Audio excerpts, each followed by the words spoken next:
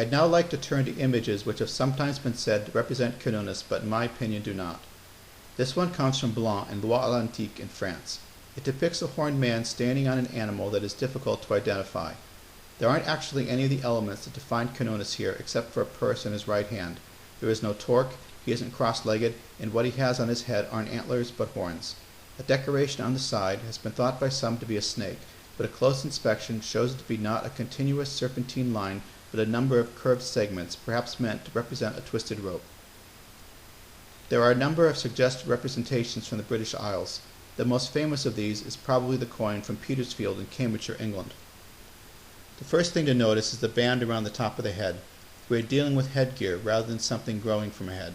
This does not rule out a connection with a Cernunnos cult. We could be seeing the image of a priest wearing some sort of crown. More damaging is that whatever are coming from the band don't, on close inspection, seem to be antlers. They don't have tines, only bumps. Still, this might be a result of an artist working in a confined space, as with the Remy coin. However, except for whatever is coming from the crown, there are none of the attributes of Cernunnos. No ram-headed serpent, no torque. We can hardly complain that there are no crossed legs, of course, since there aren't any legs at all. Still, although this lack isn't reassuring, it isn't disqualifying, since we've seen images with no identifying features other than antlers. What settles the question is the wheel. There are no representations of Cernunnos where he is accompanied by a wheel. It's always possible for a single representation to be idiosyncratic, but in this case we have a better explanation, one we've already seen in fact. This panel in the Gundestrup cauldron depicts the Indo-European myth in which the thunder god kills the serpent monster. In particular, this is the version where the thunder god is helped by a mortal. Notice that this mortal helper not only grasps the god's wheel, but is wearing a knobbed helmet. This combination of knobbed helmet and wheel is also found in the Triumphal Arch of Orange, where among the battle trophies shown is a horned helmet with a wheel between the horns. This probably represents an actual helmet. At the least, it represents a helmet type, one which is unlikely to have been invented by an artist. Now let's put the three together. It is clear that there is the intent of representing a human helper of the thunder god, someone so powerful as to share in that god's greatest act.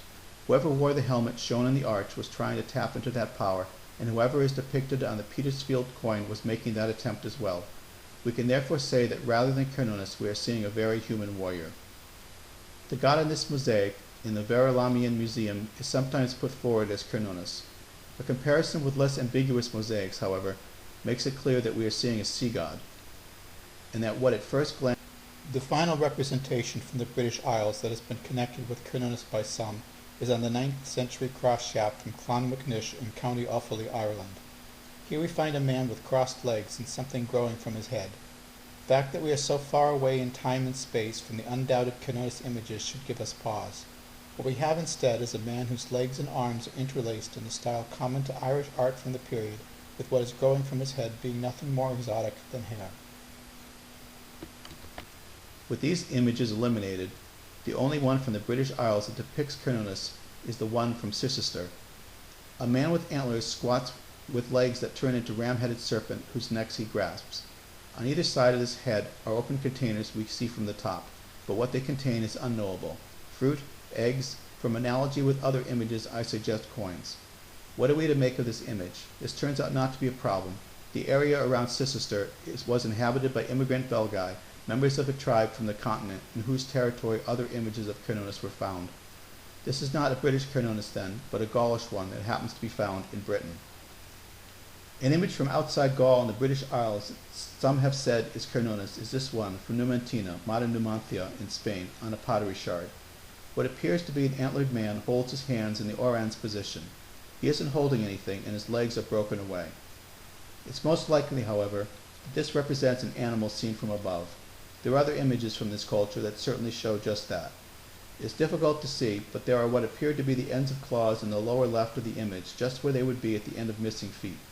We can eliminate this image from consideration then. From the images I have shown, plus a few others, we can create a map of where Cernunnos images have been found, which will give us an approximation of where his worship existed. The black dots represent fine spots, with the black threes the tricephalic images, and the black letter I's the fine spots of inscriptions. The fine spots probably don't tell us everywhere Cernunnos was worshipped, of course. He might have been worshipped without images, or with wooden images that have rotted, or bronze images that have been melted down for the metal, or simply images which haven't been found yet. To a certain extent, our map might reflect the pattern of modern excavation rather than ancient worship.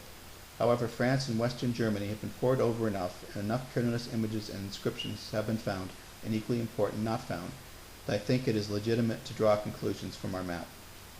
The fact that the find spots clump together in a fairly limited region supports the idea that this is one god rather than several depicted in a similar manner.